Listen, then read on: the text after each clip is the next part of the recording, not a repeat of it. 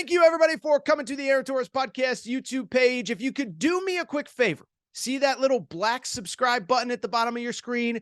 Go ahead, click that black subscribe button. Really does help our audience grow, really does help our channel grow, really does help and mean more than you could possibly know. So go ahead, hit that little black subscribe button. Also, thank you to our presenting sponsor, Betfred Sportsbook and the Betfred Sportsbook app. Bet 50 on any game, get $250 in free bets. Thank you again to Betfred. Thank you again to you. Now, here is the video that you came here for, and that is Big 12 expansion. And what's interesting about it is we had a conversation last week. It was different than anything else you heard anywhere else. That was the Thursday show. And then on Friday, Commissioner Brett Yourmark, the new commissioner of the Big 12, basically confirmed everything I said. And so to go back to last Thursday's show, I'll just be very brief just to set up what Brett Yourmark said and what it means going forward. Listen, we've been talking about Big 12 expansion essentially since the day that the Pac-12 lost USC and UCLA to the Big 10.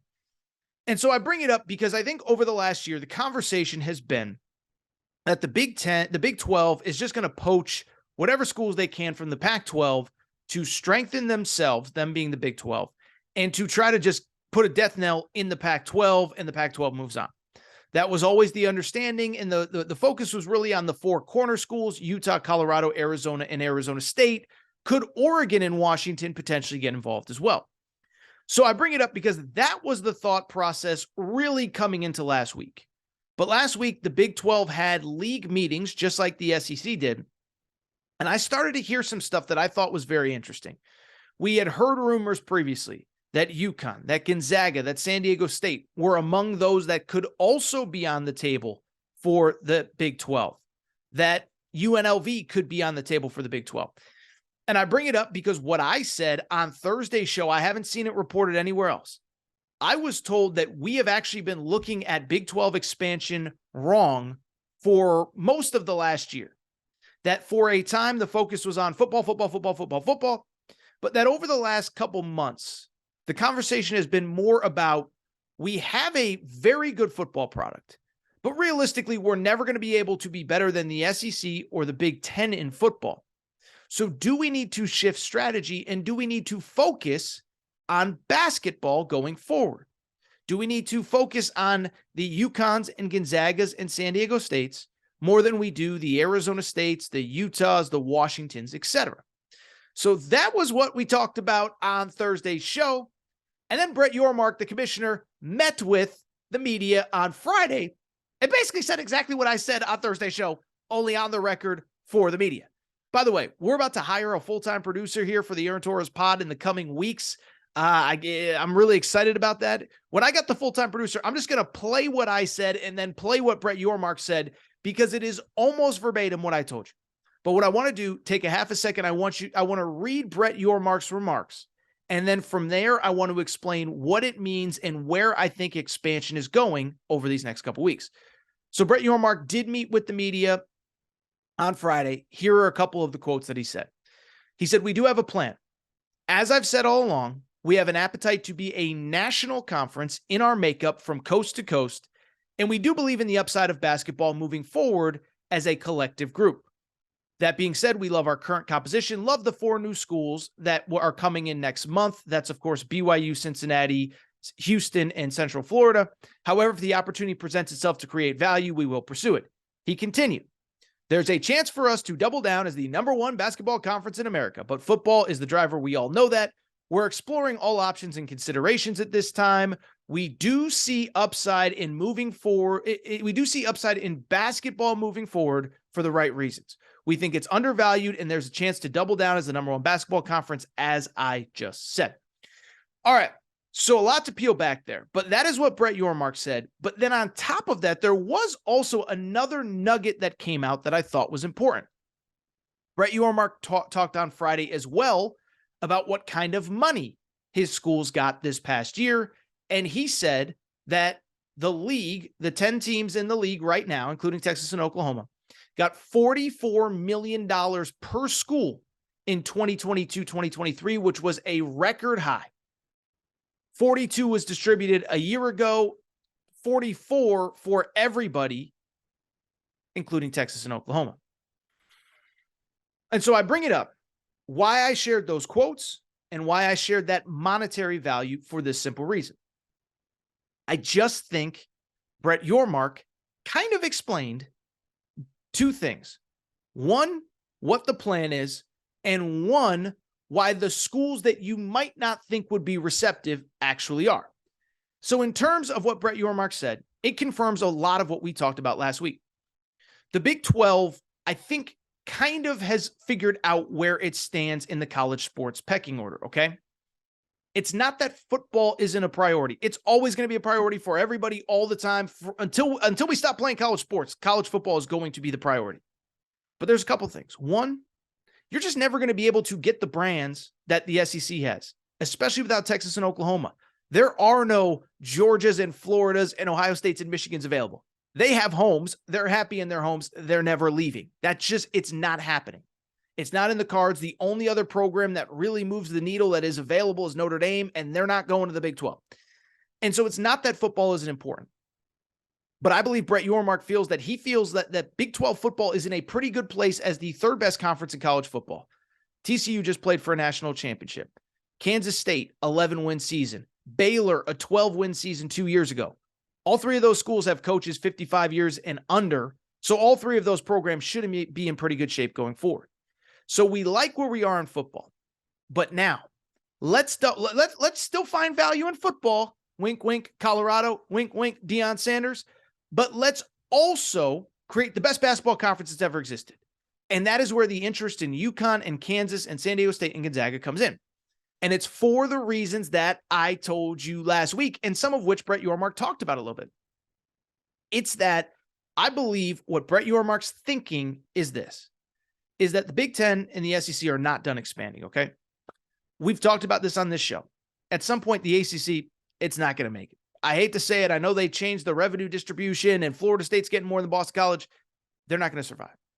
And so at some point, the ACC is going to break up.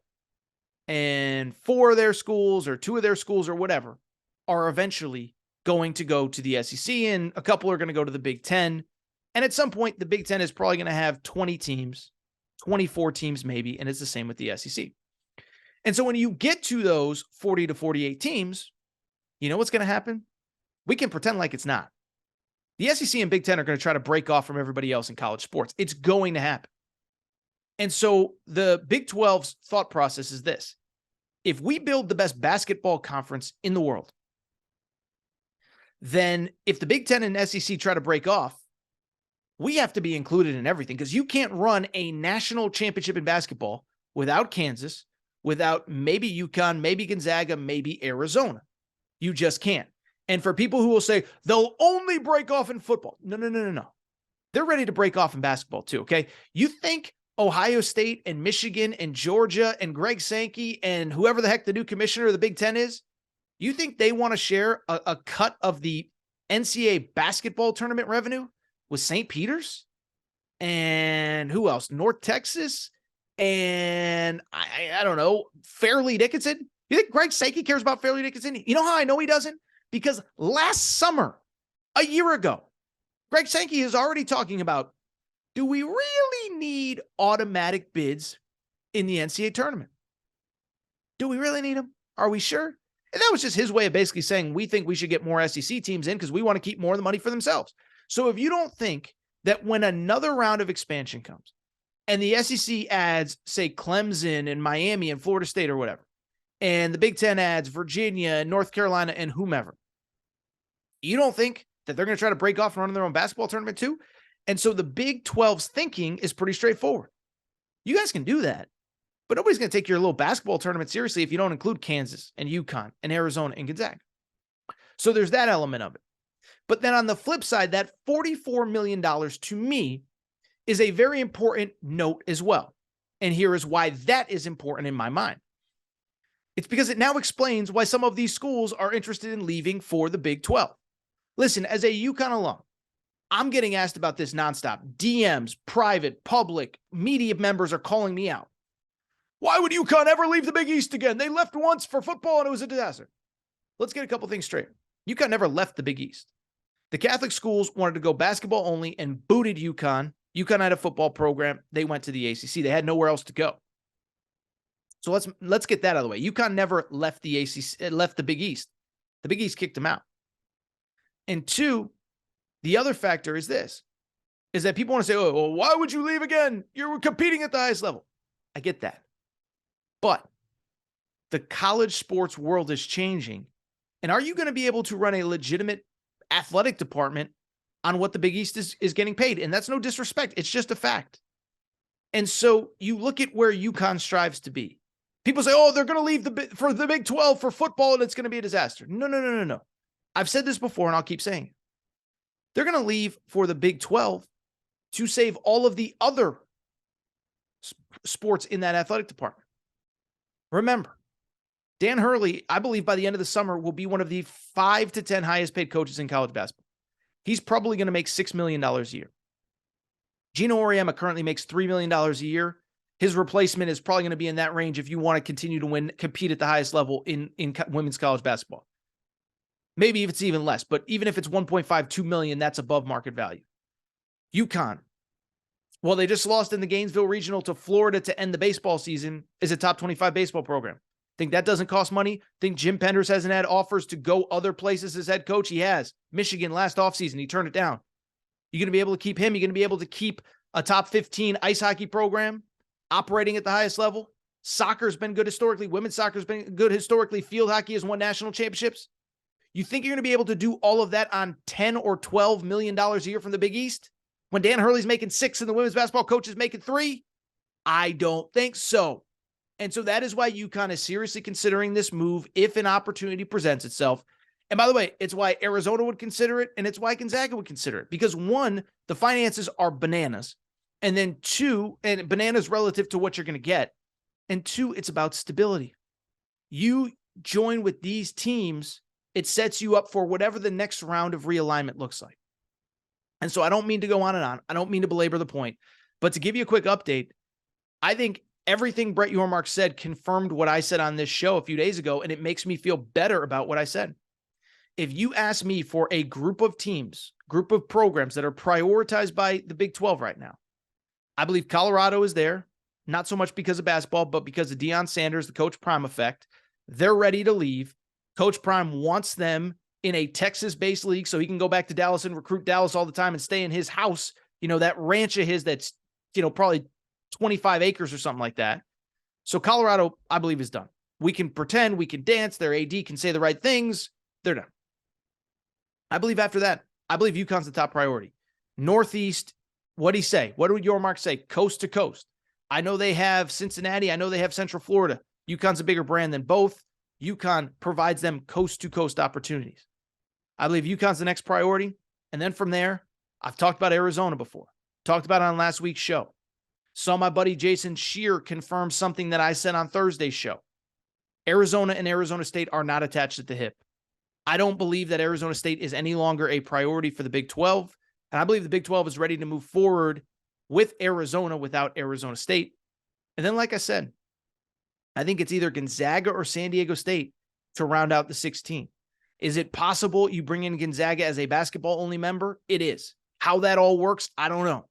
But I think it's all on the table for all of the reasons that I've mentioned. I don't believe Arizona State's as much of a priority as they've been.